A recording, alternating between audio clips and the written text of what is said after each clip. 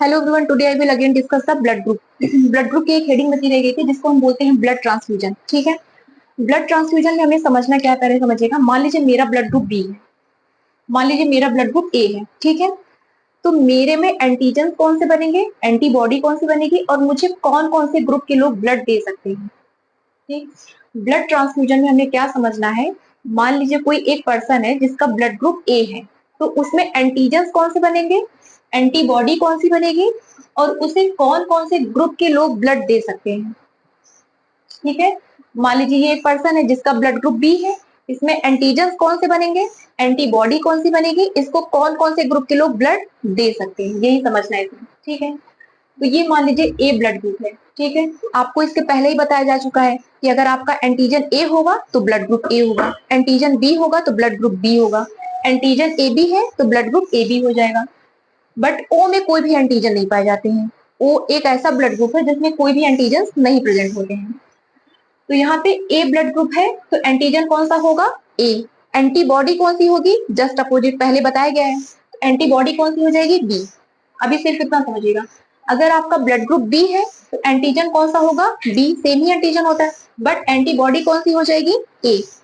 अगर आपका blood group A B है तो एंटीजन कौन सा होगा, ए बी। जो एंटीजन है वही वही ब्लड होगा। ठीक है, ए बी ब्लड ग्रुप वालों का एंटीजन कौन सा होगा, ए बी।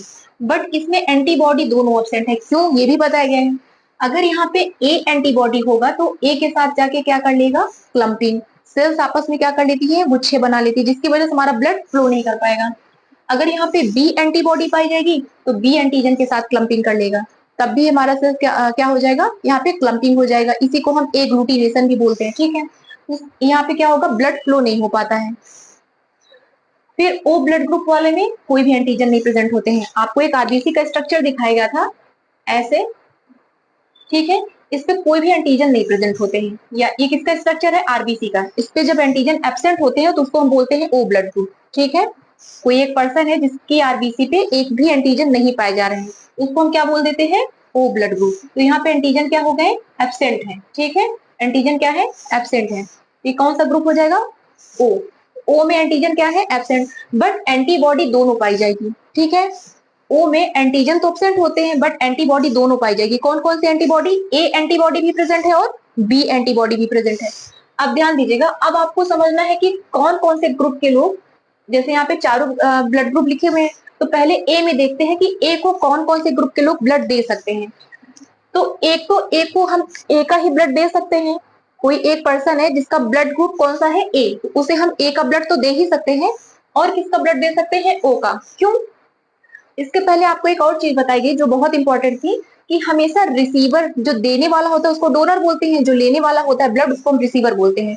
रिसीवर की एंटीबॉडी ही हमेशा अटैक करती है किस पे, एंटीजन पे। रिसीवर की एंटीबॉडी अटैक करती है, कभी भी डोनर की एंटीबॉडी अटैक नहीं करती है। ठीक है, तो ओ जो है, ठीक है, ध्यान दीजिएगा, ए के पास एंटीबॉडी कौन सी है, बी। ए के पास एंटीबॉडी कौन सी है, बी। ठीक है, और ओ के पास एंटीबॉडी कौन, सॉरी, ओ के पास कौन सा एंटीजन है, कोई भी नहीं। ओ के पास एंटीजन कोई भी नहीं है। अटैक कौन करेगा, ये रिसीवर है, तो रिसीवर की एंटीबॉडी इस पर अटैक करेगी, पर यहाँ पे एंटीजन एब्सेंट है। ठीक है, यहाँ पे एंटीजन एब्सेंट है, इसलिए हम इसको ओ का ब्लड दे सकते हैं। ठीक है, उसके बाद बी को हम कौन से ग्रुप का ब्लड, एक तो मान लीजिए किसी पर्सन का ब्लड ग्रुप बी है तो उसको हम कौन सा ब्लड दे सकते हैं, एक तो बी का ब्लड दे सकते हैं, और दूसरा कौन सा ब्लड दे सकते हैं, ओ। ओ का ब्लड हम क्यों दे सकते हैं, क्योंकि ये रिसीवर है, रिसीवर में कौन सी एंटीबॉडी पाई जा रही है, ए। ठीक है, हमेशा रिसीवर की एंटीबॉडी डोनर के एंटीजन पे अटैक करती है, क्योंकि डोनर के पास कोई एंटीजन है ही नहीं, तो ये अटैक नहीं कर पाएगी, इसलिए इसको हम बी का ब्लड तो दे ही सकते हैं, और किसका ब्लड दे सकते हैं, ओ का ब्लड दे सकते हैं। ठीक है, उसके बाद समझिएगा, उसके बाद कौन सा ब्लड ग्रुप है, ए बी। ठीक है, ए बी में एंटीजन कौन से पाए जाएंगे, दोनों। ए बी में ए बी एंटीजन दोनों प्रेजेंट है, बट यहाँ पे एंटीबॉडी एब्सेंट है। समझिएगा, रिसीवर की एंटीबॉडी ही अटैक करती है। कोई सेल्स हमारी बॉडी में कोई फॉरेन पार्टिकल एंट्री करता है तो हमेशा अटैक कौन करता है, एंटीबॉडी। बट यहाँ पे दोनों एंटीबॉडी एब्सेंट है, किसमें, एबी के केस में। एबी ब्लड ग्रुप में दोनों एंटीबॉडी एब्सेंट है, एंटीजन प्रेजेंट है, तो यहाँ पे अटैक करने के लिए कोई है नहीं, मतलब कोई भी एंटीबॉडी नहीं प्रेजेंट है। तो इसको हम समझिएगा, एबी को, एबी के पास कोई भी एंटीबॉडी नहीं है, ए बी के पास कोई भी एंटीबॉडी नहीं है ना। अटैक कौन करता है हमेशा? रिसीवर। ये क्या है? ये रिसीवर है, ये ब्लड को रिसीव कर रही है, ठीक है। इसके पास एंटीबॉडी है ही नहीं, अटैक कौन करेगा? कोई भी नहीं। रिसीवर की एंटीबॉडी हमेशा डोनर के एंटीजन पे अटैक करती है। रिसीवर की एंटीबॉडी, यहाँ पे एंटीबॉडी एब्सेंट है, ना ए है ना बी है, तो इसको हम सभी का ब्लड दे सकते हैं। मतलब इसको हम ए का भी ब्लड दे सकते हैं, बी का भी ब्लड दे सकते हैं, ए बी का भी ब्लड दे सकते हैं, ओ का भी ब्लड दे सकते हैं, क्योंकि इसके पास एंटीबॉडी नहीं है। इसके पास कोई भी एंटीबॉडी नहीं है, ये अटैक नहीं कर पाएगी। ये रिसीवर है, रिसीवर की ही एंटीबॉडी अटैक करती है, ये अटैक नहीं कर पाएगी। इसीलिए इसको हम चारों का ब्लड दे सकते हैं। इसको हम ए का भी ब्लड दे सकते हैं, बी का भी ब्लड दे सकते हैं, ए बी का भी ब्लड दे सकते हैं, ओ का भी ब्लड दे सकते हैं। किसको? ए बी ब्लड ग्रुप वालों को। इसीलिए हम क्या बोलते हैं? यूनिवर्सल। इसको हम क्या बोलते हैं? रिसीवर बोलते हैं। ओ को क्या बोलते हैं? Universal donor. ध्यान दीजिएगा, ओ में क्योंकि एंटीजन एब्सेंट है, अटैक कौन करता है? A B. सॉरी, अटैक कौन करता है? एंटीबॉडी। ये चीज हमेशा ध्यान दीजिएगा, रिसीवर की ही एंटीबॉडी अटैक करती है। मान लीजिए कोई भी नई सेल्स, कोई ब्लड सेल्स हमारी बॉडी में आ रही है, कोई फॉरेन पार्टिकल एंट्री कर रहा है, तो उसके अगेंस्ट में हमारी बॉडी क्या बनाती है? प्रोटीन, ठीक है, जिसको हम एंटीबॉडी कहते हैं। वो क्या करती है? प्रोटेक्ट करने का काम करती है। तो ओ वाले केस में दोनों एंटीबॉडी प्रेजेंट है, ए एंटीबॉडी भी प्रेजेंट है और बी एंटीबॉडी। और हमेशा रिसीवर की ही एंटीबॉडी क्या करती है? अटैक करती है। कोई फॉरेन पार्टिकल हमारी बॉडी में आएगा तो क्या करेगा? अटैक करेगा। रिसीवर की एंटीबॉडी क्या करेगी? अटैक करेगी। तो ओ को हम ना ही ए का ब्लड दे सकते हैं, ना ही बी का ब्लड दे सकते हैं, ना ही हम ए बी का ब्लड दे सकते हैं। ओ को हम सिर्फ किसका ब्लड दे सकते हैं? ओ का ब्लड दे सकते हैं। क्यों? समझ में आया?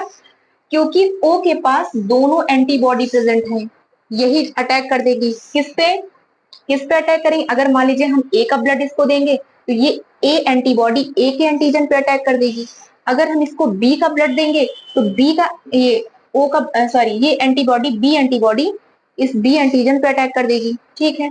अगर मान लीजिए हम इसको ए बी का ब्लड देते हैं तो इसकी एंटीबॉडी ए बी एंटीबॉडी इसके एंटीजन पे अटैक कर देगी, ठीक है। तो क्या हो जाएगा? क्लम्पिंग हो जाएगी, एग्लूटिनेशन हो जाएगा, ठीक है। ब्लड हमारा क्या हो जाएगा? फ्लो नहीं कर पाएगा, सेल्स आपस में क्या कर लेंगे? गुच्छे बना लेंगे, ठीक है।